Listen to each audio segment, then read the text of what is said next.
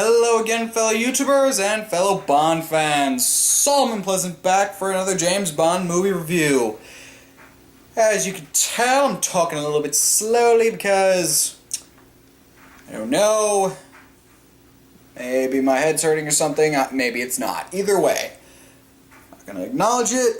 Let's just get on with the movie review. So after my Man with the Golden Gun review, and at this point I'm not really confident in Roger Moore at this point, considering he's given a good one and he's given a okay one. So let's see how he does in The Spy Who Loved Me.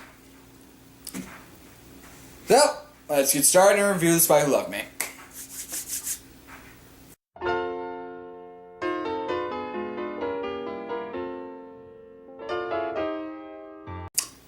First, we're going to start with story, as usual.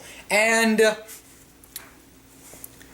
the story is kind of predictable, and it's just a bit like, what?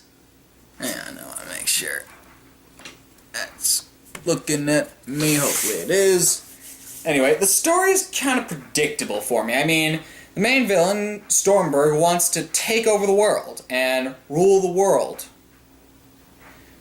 Okay, and the way he wants to do it is by making Russia and America fire nukes at each other. And then when the whole world becomes engulfed in nuclear warfare, he's just going to be chilling in his little Atlantis place. Now, the problem I have with that is that's just common. That's a common villain thing. It's like, hey, hey, Mr. Stromberg, what are we doing today? We're going to take over the world. Dude, everyone's tried that. So, what makes yours so different? We're going to make others fire nukes at each other, and no one will be the wiser that I was responsible. Dude, I count at least 3 other Bond villains that do something like that. You are nothing special. But I'm going to win. It's James Bond. Think about that for just a second, and take a look at everyone else who's fought him. Where are they now? Well, Blofeld might be. He might be dead. He might not be dead. We have no idea. But take a look at everyone else. Well, you just ruined my day. That's my job, sir. See, it's just take over the world. Ooh, at least when Blofeld tried to kill everyone in the world, he did in a subtle way where it's like, I'm going to plant all these people in other countries, and then they're going to release a virus. See, now that's somewhat original. This isn't. It's firing nukes at each other. Whoop-de-doo. So, and then there's the subplot about Bond working with a Russian spy, and halfway through the movie she finds out that Bond killed her boyfriend, and I'm just like, ooh, you're gonna kill Bond. Yeah, considering he's got a bunch of other movies after this, I'm totally believing that. Yeah, it's just, and the plot gets solved up really easily. Bond just shows how much of a man he really is. Was it that hard, Bond? No, it wasn't. Man, that Russian spy must have been really hard to date, huh? No, it was pretty easy. Just showed the goods and everything went well from there. Oh. See, it's even the subplot's not that good. So for that reason, I give story a star because it's just not on par with some of its other counterparts.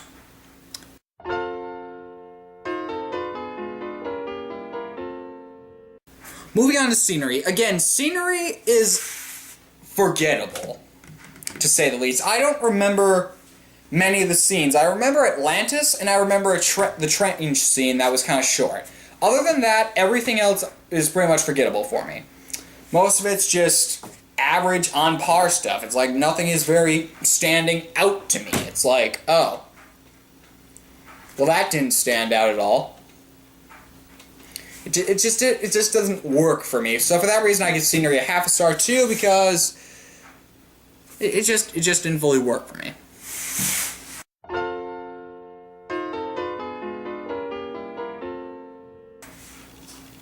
Yep. Alright. And now we move on to follow-up. This is a freebie because it followed up The Man with the Golden Gun. So think about my review of The Man with the Golden Gun, and then think of this. Yeah, this movie's better than The Man with the Golden Gun. It is.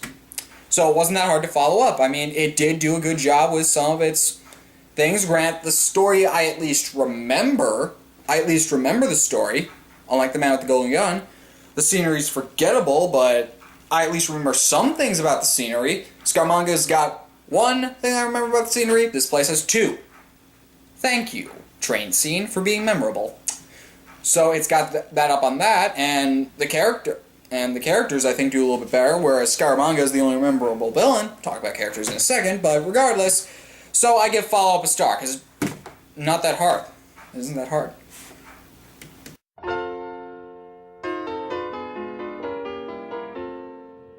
Next we got theme music. Yeah, I'm not a fan of the theme song. Nobody does it better. One of the reasons, because it doesn't have the name of the title. Granted, having the name of the title, The Spy Who Loved Me, would be a difficult challenge. At least they put the name into the song at one point. At one point, they do say The Spy Who Loved Me. And quite honestly, I feel like they could have put the song as the name of the title, The Spy Who Loved Me. I think you could have made a song out of that. And the song itself is kind of boring, to be totally honest. And left me where it's like, oh, well, that was less than stellar. All the visual stuff is very nice, but for the most part, the song was less than stellar. At least Octopussy had a reason for not having the main song be what the title is. They had a legitimate reason. This one didn't. So, for that reason, I give theme song a half a star, because it just didn't do it for me.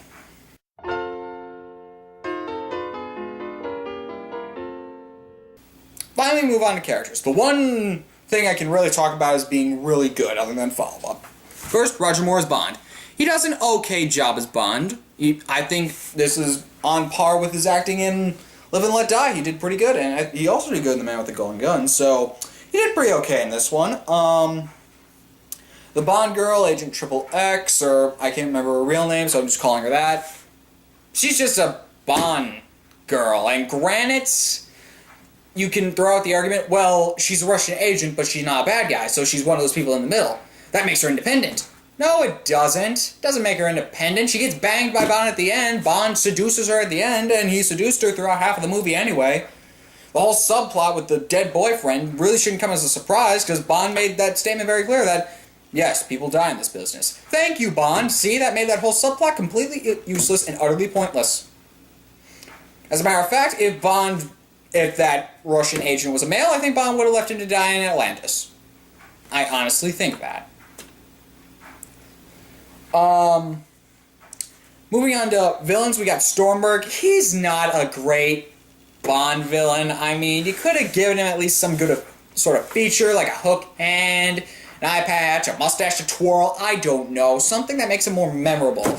He's just a guy who sits there being all fat and whatnot, just eating, and, yeah, half of the scenes you see him, he's eating. That's half of the scenes. And he dies pretty anticlimactic, he just gets shot like 4 times. It's just... It's just not... Yeah. As for the henchman, you got, Nominee or something, who's a pilot. She only survives for a little bit, so it doesn't really matter. She was a helicopter pilot. She died by the Vanquish. And while we're on that topic of the Vanquish, Emma's in there. Moneypenny, I think, is in there. They did okay. Q was in there, as far as I remember, and he actually did a good job. Q Branch did a good job, and they gave us the Vanquish, which is an awesome vehicle. The only thing better than the Vanquish is the Aston Martin. You can't beat the Aston Martin, but that Vanquish is still awesome. And speaking of awesome things, the one thing that helped make this movie was Jaws. How can you forget the henchman Jaws? I mean, I put him at number 3 or number 2 on my top 10 Bond henchmen. I mean, he is awesome. And, spoilers for Moonraker, he comes back in Moonraker. He's the only henchman to do that. While Blofeld came in 3 movies, he's a villain, so that doesn't necessarily count, but I'm not sure if Blofeld's dead, but Jaws is the only henchman to not die. Spoilers for Moonraker, he doesn't die in Moonraker. He's the only Bond henchman to not die. Every other Bond henchman, before and after him, dies. Every other one dies. Heck, any henchman that's working with Jaws, they die. Jaws is just like, dude, I don't want to die, so I'm not going to die. He just doesn't die. Nothing about Jaws. Jaws is just awesome. Everything about Jaws is awesome. The fact that he's fully silent through that first movie, granted the second movie, he talks at the end, and I'm just like, whoa, where'd that come from? Regardless, he's still an awesome henchman. He is one of the most awesome henchmen. Oddjob's more awesome, but Jaws comes in a close second. So, you got Jaws, and that really brings this movie up. So, for that reason, I give characters a star, because Roger Moore did an okay job, actually. Q did a good job, and there's Jaws, whom is a scary guy that you don't want to make angry. He's awesome. So for that reason, I give characters a star.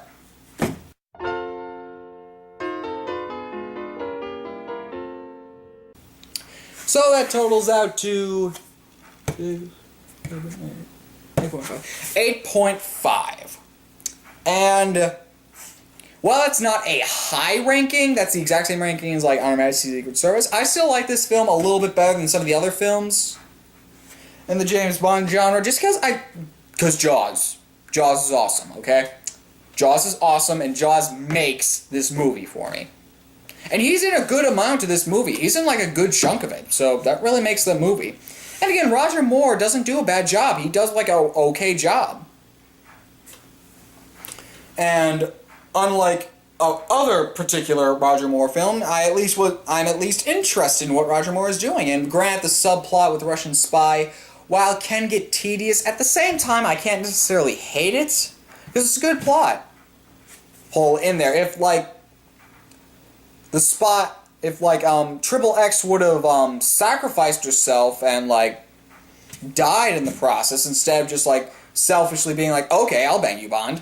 If she wouldn't have got with Bond at the end, or maybe she would have just walked away and not killed Bond, I think that would have made it a little bit more interesting, and she would have then been like her own character. But considering she didn't, and decided to give in to her animalistic behavior, she's not one of my favorite Bond girls, just because, oh, you're mad at Bond, you're going to kill him. Not.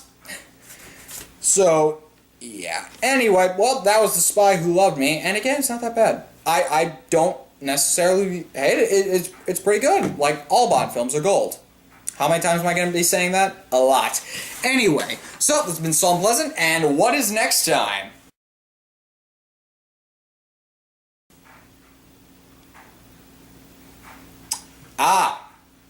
Didn't we just review... Are you sure we did?